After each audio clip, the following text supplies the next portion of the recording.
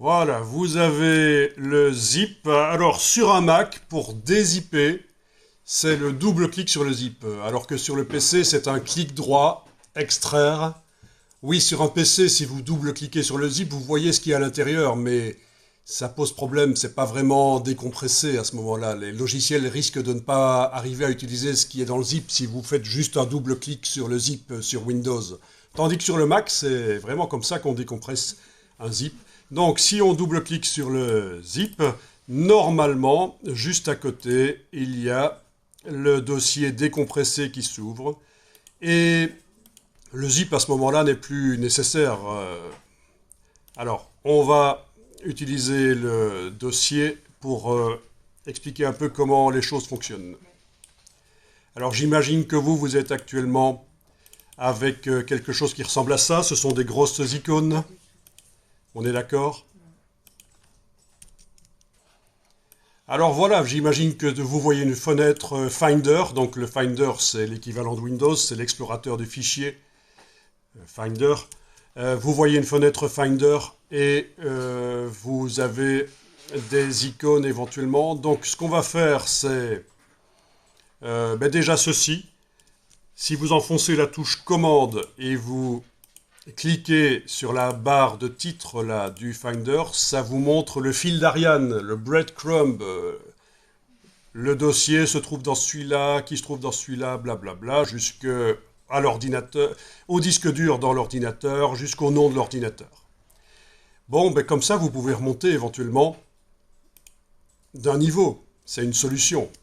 C'est la touche commande et cliquer sur la barre de titre. C'est une des solutions pour remonter d'un niveau, pour voyager dans la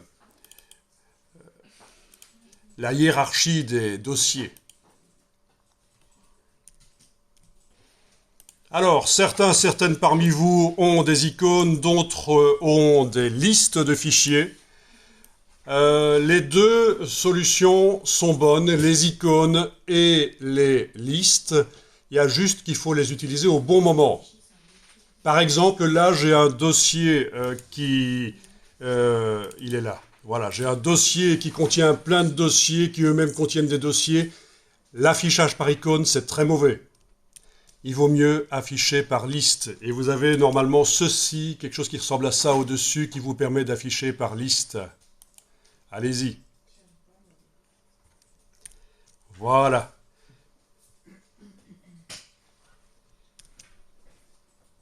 Alors je vais vous demander d'être au niveau du dossier la jour 3 matin. Donc si vous êtes à l'intérieur déjà, avec la touche commande, vous cliquez sur la barre de titre et vous remontez. Voilà, il faut voir le dossier jour 3 matin.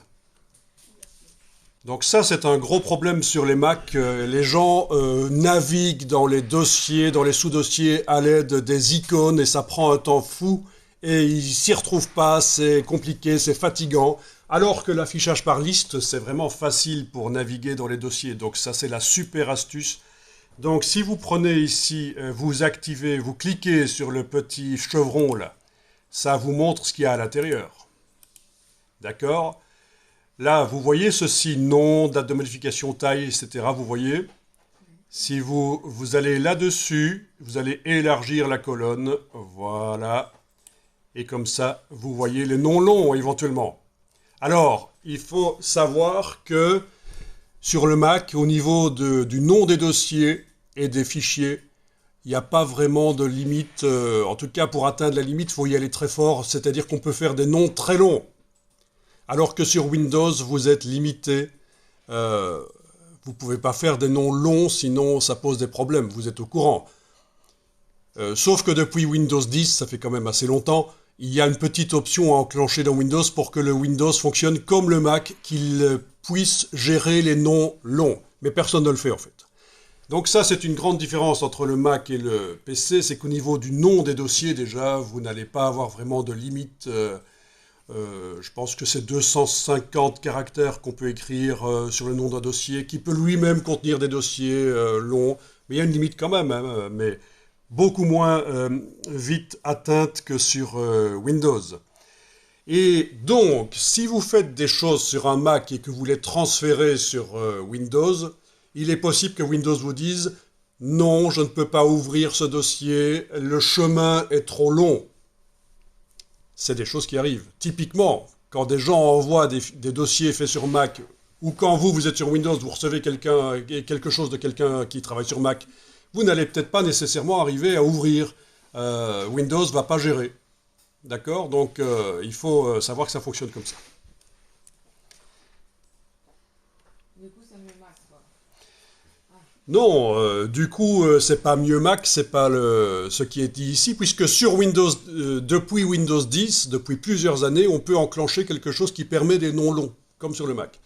Alors justement, la question de savoir si c'est mieux Mac ou PC, la question est stupide en fait, parce que ça dépend de ce qu'on veut faire.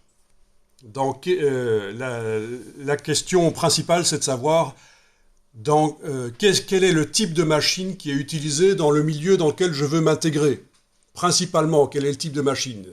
Je ne vais pas arriver dans une entreprise avec mon Mac alors que tout le monde est en train de travailler sur PC. À moins que je sois le graphiste et les autres sont les comptables et les commerciaux. Là, ça peut encore se justifier. À l'inverse, venir avec un PC dans un environnement où tout le monde utilise des Mac, c'est peut-être pas l'idéal, à moins que ça se justifie. Je fais de la 3D, j'ai besoin de puissance, les PC sont plus puissants pour la 3D que les Mac, donc je suis le 3Diste de l'entreprise, les autres ce sont des graphistes 2D, ils sont sur Mac. Donc vous voyez, il n'y a pas de bonne machine ou de moins bonne machine. Voilà. Le Mac, son avantage, c'est que c'est un environnement cohérent. Voilà. Le matériel Mac est fait pour... et les logiciels Mac sont faits pour le matériel Mac. Donc, en principe, tout fonctionne. En principe, tout fonctionne. Euh, le PC, son avantage, c'est qu'il est moins cher et plus performant. Ce sera moins cher qu'un Mac et ce sera plus performant au point de vue puissance, le PC. Donc, vous voyez, il y a des pour et des contre, hein. Donc ici, vous bossez là maintenant sur un Mac pour vous habituer, juste pour voir, pour ceux qui n'ont jamais vu, ceux et celles qui n'ont jamais vu, voir à quoi ça ressemble, comment ça fonctionne. Et si jamais vous devez un jour travailler sur un Mac, la gestion des fichiers, comment est-ce que je fais pour que ce ne soit pas un enfer pour m'y retrouver. Alors, si vous ouvrez les autres dossiers, ben, vous voyez qu'on a à un certain moment des sous-dossiers avec des dossiers encore à l'intérieur. Voilà. Il y a des images. Si on sélectionne une image en cliquant simplement, pas double-cliquer, et si vous voulez voir à quoi ça ressemble cette image, vous avez la barre d'espacement sur le clavier qui vous permet de voir.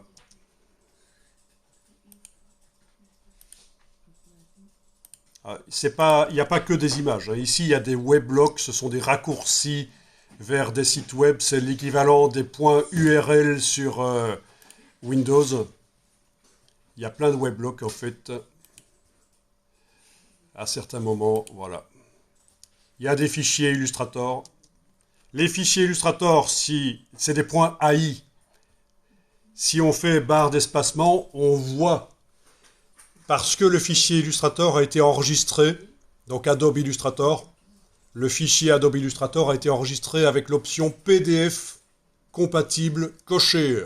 Ça, c'est l'astuce. Si vous voulez voir les icônes et pouvoir faire barre d'espacement comme ça sur le Mac pour voir à quoi ça ressemble, ce qu'il y a dans le fichier Illustrator, il faut absolument que ce soit enregistré au format Illustrator, donc le .ai, .adobe Illustrator, mais dans les options d'enregistrement, il faut que l'option PDF soit cochée.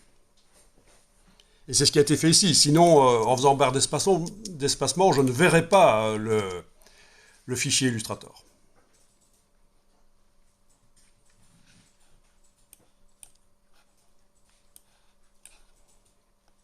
Alors, si on ferme le dossier ici, si on ferme le dossier et qu'on le réouvre, on retrouve tous les dossiers et sous-dossiers ouverts comme on les avait laissés. D'accord?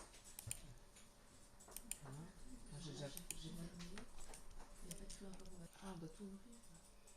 Donc si vous fermez et que vous réouvrez, tout ce que vous aviez déployé comme dossier pour voir l'intérieur revient déployé. Sauf si, au moment où vous cliquez là-dessus, vous enfoncez la touche Option sur le clavier. Alors, est-ce que vous avez une touche qui s'appelle Option en bas à gauche? Parce que sur certains claviers Mac, elle s'appelle la touche Alt. Donc, vous enfoncez Option. Quand vous cliquez sur la petite flèche ici, vous lâchez la touche Option, vous revenez, vous réouvrez, tout est fermé. Ah, c'est pratique ça. Donc c'est la fermeture de tous les dossiers. Je veux dire, ils sont plus déployés, quoi. Ils sont contractés, on va dire. Voilà, l'affichage par liste, c'est vraiment le meilleur moyen pour aller directement au fichier qui nous intéresse.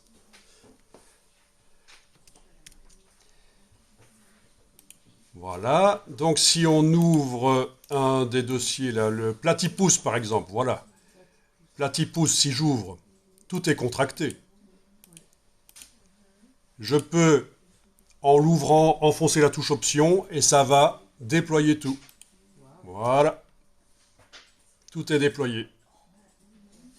C'est quand même pratique ça. Bon, au niveau des dossiers, c'est à peu près tout ce qu'il fallait voir. On fait comment pour que tout soit déployé?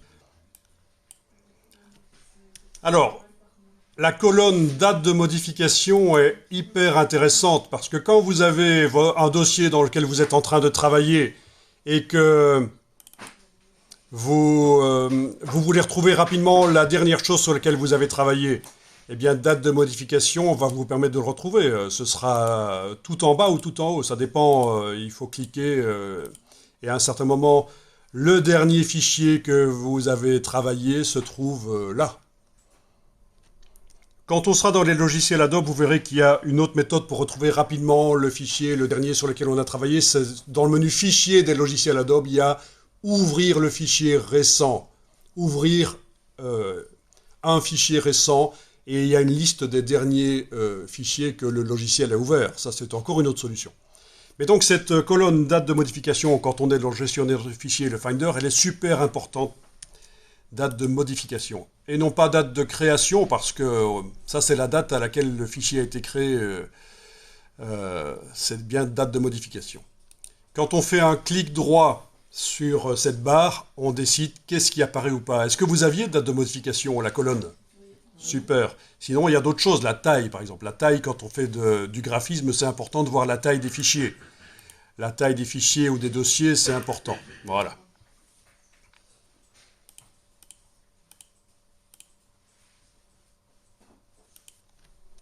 Et bien sûr, ces colonnes, on peut les prendre et les mélanger comme on veut, en fonction de ce qui est important pour vous. Hein. Voilà. Si je peux inverser taille et date de création, de modification, voilà, par exemple.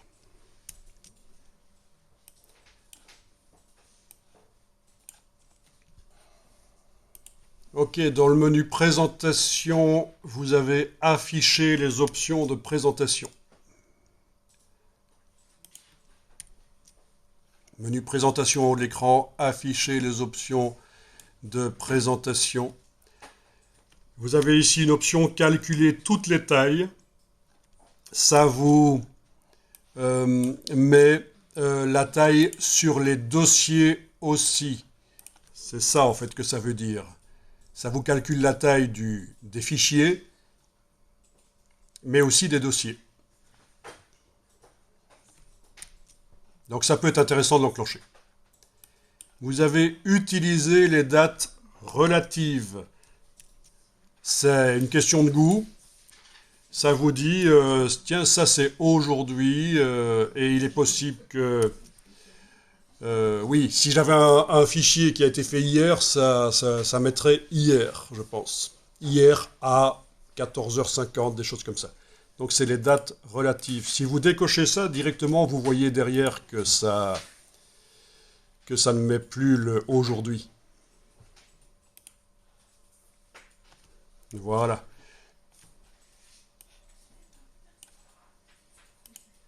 Tiens, et si vous décochez et calculez toutes les tailles, vous voyez, ça confirme bien ce que je disais. Les tailles sont mises uniquement pour les fichiers, mais pas pour les dossiers. franchement, je trouve que c'est quand même intéressant d'avoir ça coché.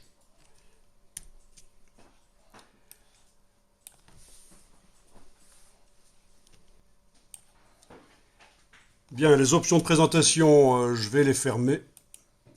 Vous avez compris, c'est la petite boule rouge en haut à gauche. Voilà. Ah oui, à propos des boules, on a la boule verte qui permet d'agrandir.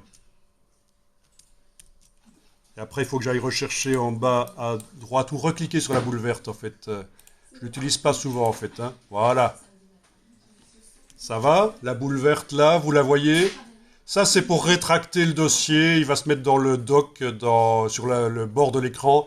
Mais on ne va pas le faire ici. Ça, c'est pour fermer, bien sûr.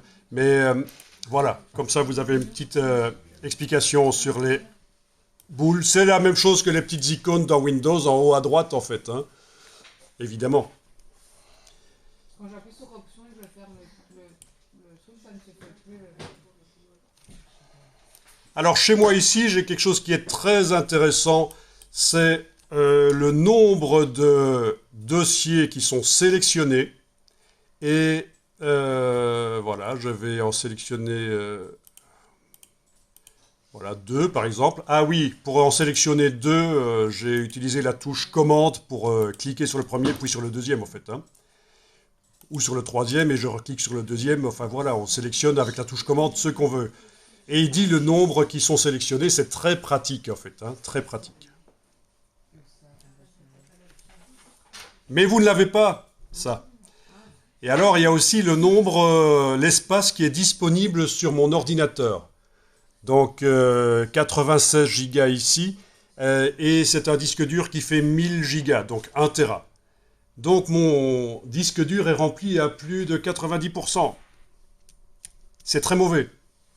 Si on remplit un disque dur à plus de 80%, donc plus de 8 dixièmes du disque dur est rempli, il y a des risques de plantage, il risque de planter. Et on perd tout si on n'a pas fait un backup sur un autre disque dur, un backup en ligne dans un cloud, on perd tout. Voilà. Il y a des gens qui ont perdu 10 ou 15 ans de photos de famille parce qu'ils ont utilisé pendant 10 ou 15 ans un disque dur, rien que pour mettre leurs photos, rien que là. Et voilà, c'est le drame. Si vous recherchez sur le web, vous allez trouver ces histoires-là. On a perdu 15 ans de joie familiale, les photos, le disque dur a craché. Alors combien de pourcents de chance a un disque dur de cracher, à votre avis? 10% de chance de cracher? Vous n'avez pas d'autres propositions? Ça, c'est super important parce qu'en entreprise, il faut être fiable. Là, je parlais de la famille, les photos familiales, mais en entreprise, il faut être fiable. Si vous n'arrivez pas à gérer vos fichiers et en cas de plantage total de l'ordinateur, vous perdez tout à 2 jours de remettre ça au client alors que ça prend 10 jours de travail, vous êtes mal, quoi. Donc, et la fiabilité, vous seriez étonné, les gens sont engagés dans les entreprises, pas seulement pour leurs compétences, mais également pour le fait qu'ils sont sympas, le fait qu'ils ont les mêmes hobbies que nous, les mêmes opinions politiques parfois, mais ça c'est autre chose, mais aussi le fait qu'ils soient fiables. Donc c'est pas toujours le meilleur dans les logiciels, le meilleur au niveau graphisme, le meilleur au niveau du code qui est engagé, c'est bizarrement, il y a d'autres critères. Hein. Et donc il faudra plusieurs disques durs et faire des enregistrements. Il faut backuper d'une manière ou d'une autre le contenu de l'ordinateur sur des disques durs, si possible les mettre ailleurs, parce que j'ai eu le cas de gens qui faisaient des backups, mais malheureusement on leur a volé tout, l'ordi et les backups. Il y a les incendies aussi, bien sûr, qui posent problème. Et le cloud maintenant, le cloud c'est quand même... vous savez, gratuitement, vous avez des dizaines de gigas gratuits sur le cloud pour faire vos backups.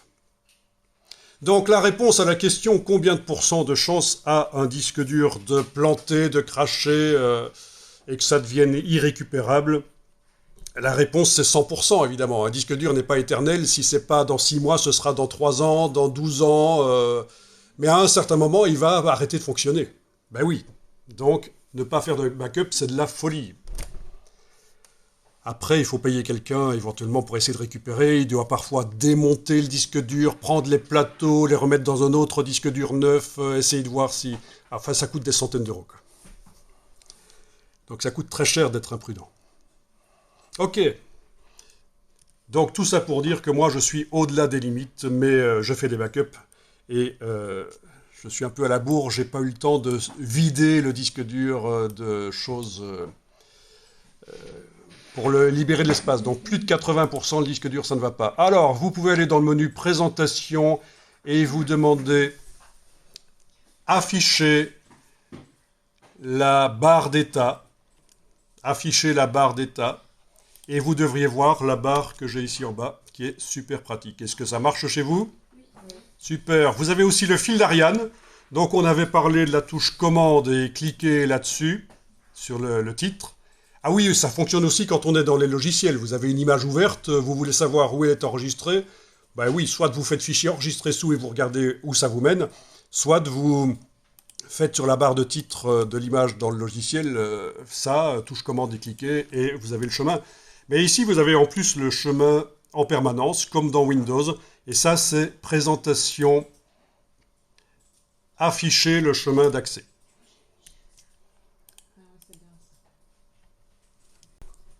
Alors, présentation par colonne. Pour moi, c'est moins bien que la présentation par liste, mais ça a un avantage, c'est que lorsque vous êtes dans un dossier qui contient une image et que vous cliquez, elle apparaît dans la colonne tout à fait à droite, en grand, rapidement, voilà.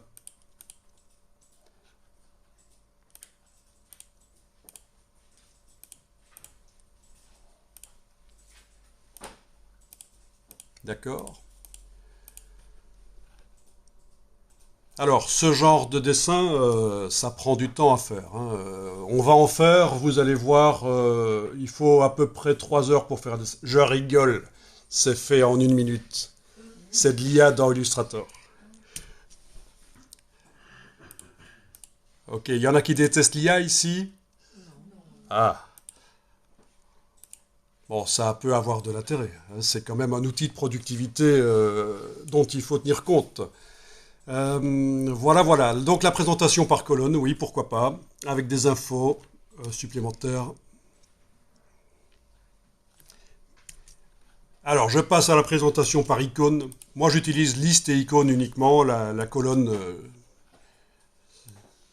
c'est pas mon truc. Vous avez la présentation par icône. Et alors, depuis que vous avez demandé l'affichage de la barre d'état, vous avez non seulement le nombre d'éléments qui est dans le dossier, éventuellement le nombre qui sont sélectionnés, mais il n'y en a aucun sélectionné là.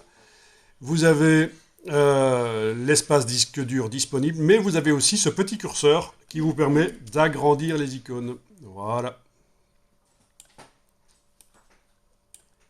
Et alors, vous voyez qu'il y a des icônes qui sont sorties en dehors de la fenêtre. Elles sont sorties en dehors de la fenêtre, les icônes. Quand vous avez agrandi comme ça, pour les faire apparaître dans la fenêtre, c'est menu présentation, aligné par exemple par nom, ça dépend. Voilà. Et il y a un petit ascenseur qui apparaît éventuellement sur le côté pour monter et descendre. Donc ça va, c'est bien pratique ça, hein, de pouvoir agrandir les icônes énormément. Ah oui, on a aussi la roulette de la souris pour monter et descendre, bien sûr. La roulette de la souris, le sens peut être inversé. Si ça vous dérange le sens, la manière dont ça réagit, la roulette de la souris, sachez que dans les préférences, ici, menu pomme, réglage système, on peut inverser le sens de défilement de la roulette. Ça dépend de la logique qu'on a dans la tête, en fait. Il y en a certains que un sens dérange, les autres, ce sera l'autre sens que ça dérangera. Ok, donc les icônes. Présentation alignée par nom. Voilà. Tout ça est bien pratique. Ok, pour sélectionner les dossiers, bien sûr, on peut, quand on est en icône, englober. On commence à l'extérieur et on englobe. Oui, tout à fait, c'est possible. On clique à l'extérieur et on englobe. On peut aussi, avec la touche majuscule, aller englober autre chose, comme ça ajoute. D'accord? On englobe. Touche Shift, touche majuscule. Alors, confondez pas, c'est important pour la suite, la touche majuscule. Donc, j'appelle la touche Shift parce que beaucoup de jeunes la connaissent par ce nom-là. Confondez pas ça avec le Caps Lock, le verrouillage majuscule. Quand on sera dans les logiciels, si je vous dis d'enfoncer la touche Shift et que vous enfoncez Caps Lock, ça va pas le faire. Et bien ici, c'est la touche majuscule que j'ai utilisée pour ajouter quand j'englobais. Avec la touche commande, attendez un peu, oui, avec la touche majuscule même déjà maintenant, avec la touche majuscule, on peut enlever, quand on enfonce la touche majuscule, on peut enlever certaines choses qui sont sélectionnées. Mais tout ça, c'est du basique de gestion de fichiers, en fait. Hein. La touche majuscule, ça marche pas, ça ne retire pas? C'est pas Caps Lock. On peut ajouter aussi avec la touche majuscule, je peux aller ajouter en cliquant sur elle, voilà. Donc tout est possible. Quand vous êtes en affichage par liste, là je repasse en liste, c'est comme dans Windows. Si je veux sélectionner tout, c'est clic sur le premier, majuscule, clic sur le dernier. D'accord? Clic sur... Et voilà. Clic sur le premier, majuscule, clic sur le dernier. Si je veux en enlever la touche majuscule, ça ne marche pas alors. Si je veux en enlever de la liste, c'est la touche commande. Voilà. Et si je veux en ajouter après, ce sera la touche commande. Voilà. Donc touche commande pour vraiment sélectionner ce qu'on veut. Je peux aussi cliquer en dessous, rien n'est sélectionné, puis aller avec commande. Pardon? C'est beaucoup d'infos. Mince, il y a une interro qui arrive là tout de suite pourtant, c'est dommage. Voilà, ceci termine l'explication. J'aurais pu donner beaucoup plus comme explication. J'ai essayé de réduire à l'essentiel en fait. Hein. Après, si vous avez des questions précises à un certain moment, chez moi il y a ça qui se passe, comment est-ce qu'on fait? Vous poserez la question. Tous téléchargez le zip et double-cliquez sur lui et vous avez un dossier qui s'est ouvert avec ceci dedans. Bien. Alors quelque chose que j'ai pas dit et qui est super utile sur le Mac, c'est la barre latérale. Donc vous avez la barre latérale. D'ailleurs, comment est-ce qu'on la fait disparaître par ici? Bon, ok, je vais aller par le menu présentation. Présentation. Dans mon cas, je vais masquer la barre latérale. Puis présentation. Je vais l'afficher, afficher la barre latérale. Est-ce que vous la voyez, la barre latérale? Elle est super utile parce que vous allez pouvoir y stocker des dossiers dans lesquels vous êtes en train de travailler. Ça va vous éviter de devoir retourner dans le Finder, dans des dossiers, sous-dossiers, etc. Donc le dossier sur lequel vous êtes en train de travailler, il n'y a aucune obligation ici, mais vous pouvez, si vous voulez, le prendre et l'amener dans la barre latérale. Et il est accessible là en permanence, où que vous soyez dans le Finder, c'est accessible. Et bien sûr, avec un clic droit, vous pourrez le supprimer de la barre latérale plus tard si vous voulez. Donc c'est menu présentation, afficher la barre latérale ou la masquer, enfin voilà, c'est... Mais en général, je la laisse afficher tout le temps. Donc c'est hyper pratique, cette manière de stocker les dossiers sur lesquels je suis en train de travailler. Voilà. La barre latérale avec les favoris. Alors si on clique par hasard sur cette petite chose minuscule, on ne les voit plus. Hein. Ils sont pas déployés. Ça, c'est le piège. Voilà. Ok.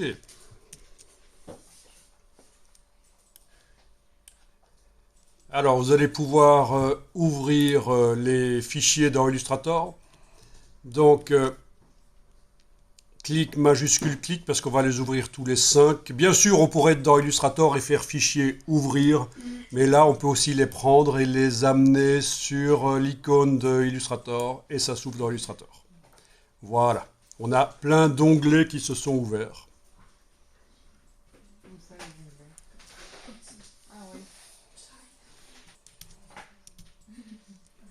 Alors, Techniquement, si on avait double-cliqué, il est possible que ça se soit ouvert dans Illustrator, mais c'est pas sûr, ça dépend comment c'est réglé sur l'ordinateur.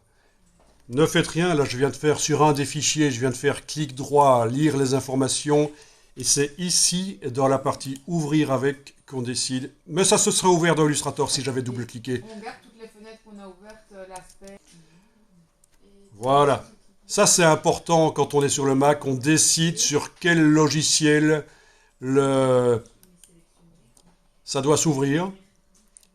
Et ça concerne uniquement le fichier sur lequel j'ai fait clic droit, lire les informations. Si je veux que ce soit pour tous les fichiers qui terminent par cette extension .ai, il faut que je clique en plus sur tout modifier. Mais bon, ici, je ne vais pas le faire. Mais comme ça, vous savez. Parce que c'est très ennuyeux quand vous avez des JPEG, par exemple. Une image JPEG, vous double-cliquez sur elle. Au lieu de s'ouvrir dans Photoshop, elle s'ouvre dans Aperçu. C'est là qu'il faudra aller modifier que les JPEG, sur n'importe quelle image .jpeg, il faudra faire clic droit, lire les informations, dire je veux l'ouvrir avec Photoshop et cliquer sur tout modifier pour que tous les JPEG de l'ordinateur s'ouvrent dans Photoshop. Il y a quelque chose de similaire sur Windows. Si ça vous ennuie qu'un fichier s'ouvre pas dans le bon logiciel, c'est ce qu'on appelle le réglage du logiciel créateur. Capisol 01, c'est le capybara qui a été tourné dans la version bêta de Illustrator. Alors on est en septembre 2025, ce n'est pas encore dans la version officielle de Illustrator. Donc là, si je veux continuer à le tourner, ça ne marche pas. Par contre, dans la version d'évaluation, ce qu'on appelle la version bêta, il y a un outil que tous les graphistes trouvent génial, c'est magique. On donne un dessin et ça le tourne dans tous les sens, comme on veut.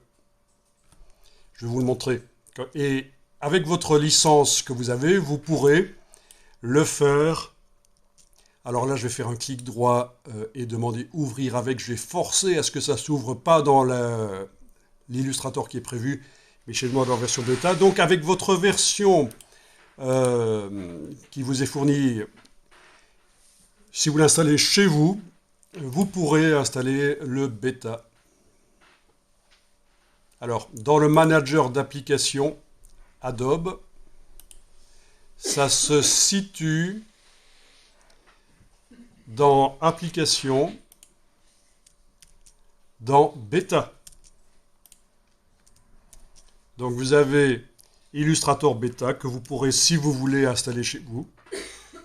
Et Photoshop Bêta a également une chose géniale, on en parlait tout à l'heure, je le répète, quand vous prenez un sujet sans décor, vous le mettez dans un décor, ça recalcule les lumières, les couleurs, les ombres, et vous avez l'impression qu'il est réellement dans le décor. Et ça, vous n'avez pas dans le Photoshop actuellement en septembre 2025. Ce sera intégré, c'est ça l'idée des bêtas, c'est qu'ils font des tests. Voilà, c'est pas sûr que ce soit très stable, alors ils ne le mettent pas dans la vraie application. Et donc c'est là que vous aurez éventuellement la possibilité de faire ça chez vous. Et je le sélectionne et objet, rotation générative. Et voilà. C'est magique. Tout le monde hallucine en fait avec ce truc. Parce que ça demande de la puissance de calcul comme c'est pas possible d'arriver à deviner ce que c'est en 3D au départ d'un dessin et le faire tourner. On peut aussi faire une vue de dessus ou de dessous. Donc c'est hallucinant. Ceux qui créent des personnages pour des dessins animés, bon, parfois ça foire un peu, il faut corriger après. Ceux qui font des personnages pour des dessins animés, l'idée c'est qu'ils doivent faire des modèles sheets. Ils doivent montrer le personnage de face, de côté, de trois quarts.